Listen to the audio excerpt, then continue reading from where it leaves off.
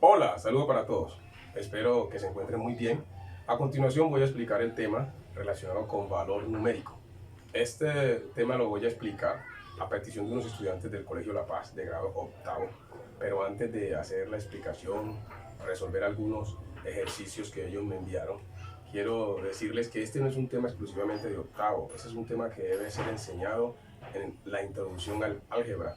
La introducción al álgebra debería de ser, hombre, como mínimo, digamos así, en grado sexto, no en grado octavo, en grado séptimo, o digo yo como máximo, pues debería enseñarse en grado ¿qué? Octavo, pero como mínimo debería enseñarse en grado sexto, porque es que no es un tema de octavo, es un tema introductorio, de álgebra introductoria, es decir, de sexto y séptimo. Y ya para esta fecha en que el año lectivo se está acabando, un estudiante no debería estar viendo este tema. Un estudiante a esta fecha ya debería haber visto factorización completa, ya debería haber visto factorización, sin dejar de lado los procesos que tienen que ver con estadística, los procesos que tienen que ver con geometría. El docente tiene un conocimiento relacionado con los DBA, los derechos básicos del aprendizaje, y debe ceñirse a estos. Ya lo he dicho en otros videos, y si no me creen, entren a estudiar, busquen en internet derechos básicos del aprendizaje y se darán cuenta los temas que como mínimo debe ver cada estudiante de acuerdo al grado en el que está. Bueno, habiendo dicho esto, voy a explicar entonces lo de valor numérico, que no es una invención, no es algo extraño, no es algo que no tenga que ver con la vida. La matemática toda tiene aplicación en la vida. El valor numérico lo encontramos todos los días en nuestra vida. Cuando ustedes van a una tienda y compran algo, ese objeto, ese bien, tiene un precio. Entonces ustedes piden que les entreguen un ejemplo, una gaseosa, y esa gaseosa tiene un precio. Ustedes entregan el dinero y por el dinero les dan el objeto que ustedes están en este caso adquiriendo, que puede ser una gaseosa o cualquier otra cosa. Todas las cosas que nosotros adquirimos tienen un valor, ¿cierto? Y ese valor es asignado de acuerdo a unos procesos de asignación de precios que podría tomarse ahora en la matemática, en estos temas de álgebra, como cuando el docente le da un valor a la A, a la B y a la C, entendiendo que las variables o las letras no tienen un valor fijo. Las variables reciben cualquier valor. La X puede valer 1, puede valer 2, puede valer millón, puede valer cualquier cosa de acuerdo al planteamiento en que ésta esté o de acuerdo a lo que se desee. Entonces en el valor numérico lo que se hace es asignar arbitrariamente unos valores a unas letras o variables y habiendo una expresión algebraica se sustituyen o se reemplazan esta para luego resolver las operaciones indicadas. En general, el procedimiento en el valor numérico es el siguiente. Primero, sustituyo o reemplazo las letras o variables por el valor asignado. Luego, resuelvo las potenciaciones si esas están. Luego de las potenciaciones, multiplico. Y por último, sumo o resto según el caso. Entonces, ¿qué es el valor numérico? El valor numérico es la cantidad que se obtiene o el número real que se obtiene al sustituir las letras o variables por números reales o por cantidades, ¿cierto?, asignadas de manera arbitraria. Tengo acá en el tablero, entonces, para la primera parte de estos tres, tengo que la A vale 2, la B1 menos 1, la C3, la D1, la E5. Eso es para los primeros tres ejercicios. Y para este bonus track, que voy a regalarle a los estudiantes de La Paz, porque también necesitan uno de estos, es el mismo que ellos les pusieron. La A vale 2, la B vale 1, la C un cuarto y la D vale un medio. Entonces voy a resolver estos tres con esto de acá y este de acá con esto de acá. Entonces tengo aquí y voy a empezar. El primero dice que tenemos 5 veces el cuadrado de un número aumentado 2 veces dos veces el producto de dos números distintos a este, aumentado el triple de un número distinto a los otros tres. Ahora lo que voy a hacer, primer paso, reemplazo las letras. Entonces pongo 5, ¿cierto? En vez de A, busco cuánto vale A vale 2, pero A está que al cuadrado, más 2, y abro paréntesis para indicar multiplicación. ¿Cuántos paréntesis abro? Así, la cantidad de letras que haya. Y veo cuánto vale B, vale menos 1. ¿Y cuánto vale C? C vale 3, más 3 veces D. Pero ¿quién es D? D vale 1. Muy sencillo. Ahora voy a resolver las potencias antes de multiplicar. Entonces dejo el 5 tal como está y resuelvo esta potencia. En jerarquía de las operaciones primero se resuelven las potencias que las multiplicaciones, es decir, las operaciones exponenciales, potenciación, radicación y logaritmación se resuelven primero que la multiplicación y la división. Luego por último la suma y la resta. Entonces 2 a la 2 da 4, pero no porque dije 2 por 2, sino porque repetí el 2 por sí mismo. Casualmente aquí 2 por 2 es lo mismo que 2 a la 2, pero si fuera 5 a la 3 no podemos poner 15. Tendríamos que poner 100 25, porque eso es potenciación, repetir un número por sí mismo. Entonces aquí continúo. Esto lo puedo resolver de una vez. ¿Por qué? Porque aquí no hay potenciación.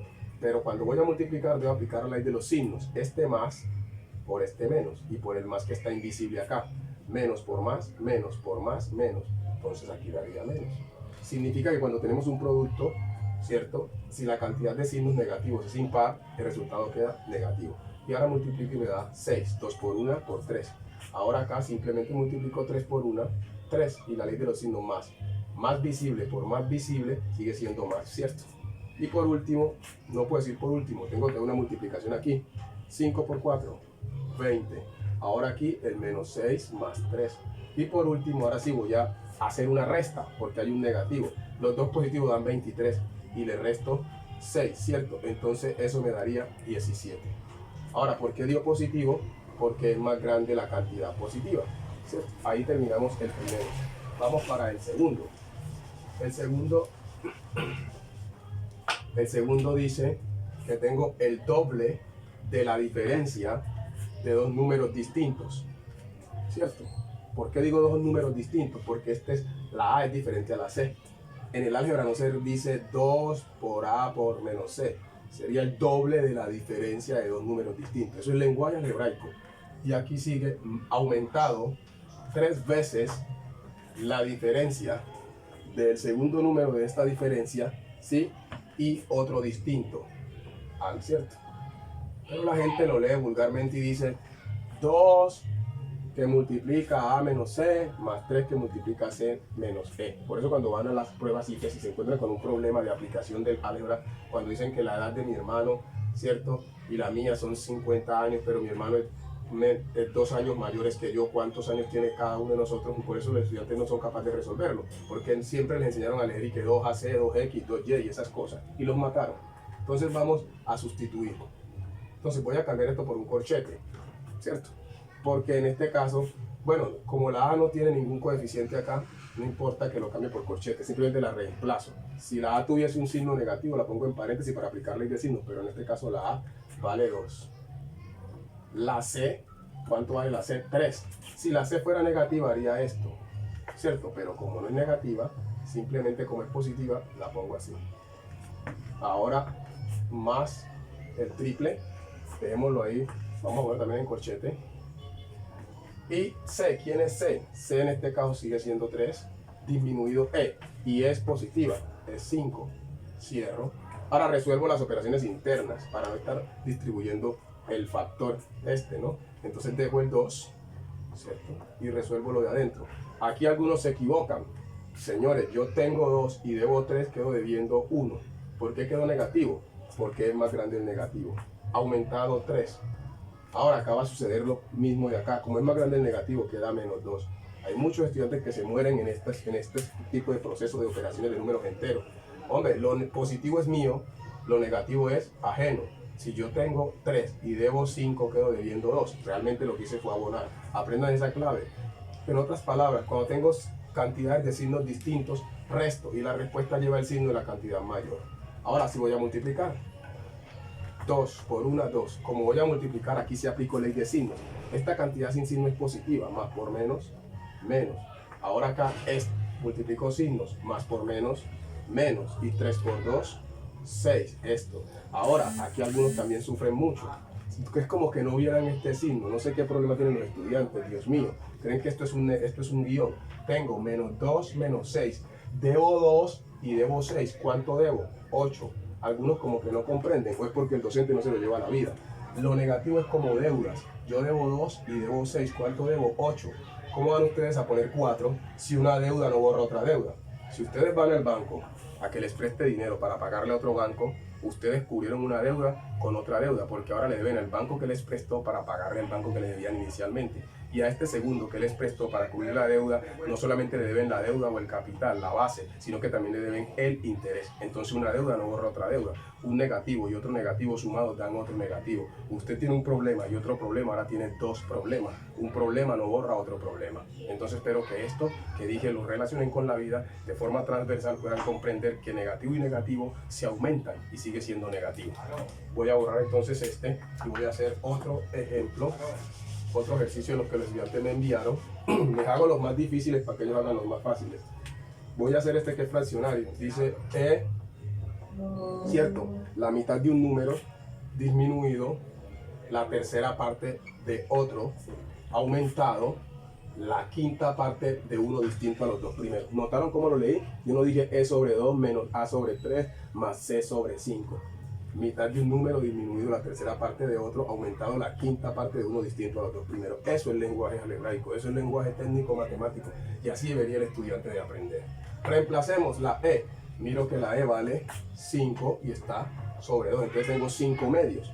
Disminuido A, ¿cierto? En este caso A, pues paralelo vulgarmente, sería 2 sobre 3, pero es técnicamente 2 tercios. En la matemática lo único que se lee como se ve son los números, 2 tercios. Ahora más o aumentado, C, para identificarla acá, 3 sobre ¿quién? Sobre 5. Entonces la operación que está indicada de acuerdo al valor numérico o de los valores asignados es 5 medios disminuidos 2 tercios aumentado 3 quintos. Tengo la operación fraccionaria de 3 fracciones. Hay una forma de resolver esto que es multiplicar este por este por este, luego este por este por este, y luego este por este por este sobre estos 3. Pero como a algunos se les dificulta, voy a hacerlo por partes. ¿Ya? Separo estos dos. ¿Listo? Ahí me van a disculpar el paréntesis. Entonces primero resuelvo. ¿Cómo se resuelven las sumas y restas fraccionarias? Este por este y los dos de abajo, ¿cierto? Veamos a ver. 3 por 5, 15. Menos, porque hay un menos aquí. Muchos estudiantes no saben ni siquiera resolver una operación fraccionaria y están en octavo, en noveno, en décimo y en 11. Dicen, ay, yo no entiendo este tema, pero ¿cómo van a entender este tema si ni siquiera manejan lo básico? No saben potenciación, no manejan ley de signos, no saben las tablas, no manejan operaciones fraccionarias, entonces están perdidos, están perdiendo su tiempo. El docente debería revisar que el estudiante sí maneje los procesos básicos, entendiendo que los procesos básicos no se refieren que lo básico no es lo fácil, lo básico es lo más importante, lo elemental, sin lo cual el estudiante no podrá tener un avance en matemáticas, no podrá tener un avance en la vida y tendrá siempre vacíos que se irán cada día incrementando. Entonces, el estudiante debe conocer estos procesos básicos. Ahora, 2 por 2, 4 sobre 2 por 3, 6. Es importante que entendamos que esta es la diagonal principal. Primero esto, porque en una resta no es lo mismo decir 5 menos 2 que 2 menos 5. Ahora aumentado 3 quintos. Resuelvo la operación indicada que hay aquí. Aquí hay una resta, pero es más grande ¿quién? El 15, entonces queda 11 sobre ¿quién? Sobre 6. ¿Más cuánto? Más 3 sobre 5. Y ahora voy a resolver la operación indicada que está aquí. Ahora se convierte en una suma. Igualmente como en la resta se hace de esta forma, entendiendo que voy a hacer una suma en el cambio de denominador. Pues 5 por 11, 55 aumentado, 3 por 6, 18 sobre 6 por 5, 30. Ahora sumo la parte de arriba porque hay un más. ¿Me podría dar cuánto? Yo tengo 50 más 10, 60 más 13, me daría 73 sobre ¿quién? Sobre 30. Espero no haberme equivocado en la suma. 55 es 50 más 5 y 18 es 10 más 8. Si sumo las decenas son 50 más 10, 60. Y sumo las unidades 5 más 8 serían 13. Y 13 más 60, 73. Esto no se puede simplificar. ¿Por qué no se puede simplificar? Porque el 30 tiene mitad, tercera y quinta, ¿cierto? Tiene, hasta puede dividirlo el 10. Pero el 73 es primo. ¿Por qué me doy cuenta que el 73 es primo? Solo lo divide el 1 y el mismo. Porque este número no termina en par. Porque no termina en 0 y 5, no tiene quinta. Y al sumar sus dígitos 7 más 3 da 10. Si yo sumo los dígitos, que son cada uno de los dos elementos que lo forman, y no me da un número que está en la tabla del 3, entonces no es divisible entre 3. Y si un número no es divisible ni entre 3, ni entre 2, ni entre 5, y no tiene raíz cuadrada exacta, el número es primo. Espero que eso lo busquen en un video que tengo de múltiplos y submúltiplos, viendo los números de otra manera. Este sería la respuesta. Entonces acabo de terminar estos 3 primeros. Voy a borrar y voy a resolver el bonus trap. Voy a regalarles a los estudiantes este último de acá, que se ve más complicado. Entonces tenemos A más B más C dividido 2. Entonces tenemos la mitad de la sumatoria de tres números distintos. Disminuido, ¿cierto? El primer número, disminuido el segundo, aumentado el tercero, ¿cierto? Y a esa operación le saco la quinta. Entonces tengo la quinta parte del primer número disminuido el segundo, aumentado el tercero. Voy primero a reemplazar las letras. Entonces miro cuánto vale la A. La A vale 2. Miro cuánto vale la B. La B vale 1. Miro cuánto vale la C. La C tiene un poder, que es un fraccionario. Y todo esto está sobre ¿quién? Sobre 2. Si ustedes notaron, dejé un vacío aquí. Ahora van a ver para qué. Pongo la otra línea y ahora digo A vale igualmente 2, pero voy a dejarla acá arriba por si aparece un fraccionario. Ahora, menos B. ¿Cuánto vale B?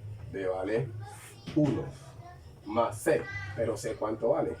C vale, en este caso C vale 1/2. No sé si ellos allá tenían, si yo vi mal en la copia, porque la copia está borrada, pero vamos a suponer que fuera D. Cámbialo por D. Solamente para darle otras herramientas. Entonces aquí daría 1/2. Supongamos que fuera D. Ahora, ¿qué vamos a hacer? Voy a poner esto sobre 1. ¿Por qué? Cuando estamos trabajando operaciones fraccionarias, la parte entera está sobre 1. El 1 es como Dios. No se ve, pero está allí. Algunos me han escuchado decir eso. Entonces aquí también sobre 1 y aquí también sobre 1. Todas las partes enteras del trabajar con fracciones se ponen sobre 1.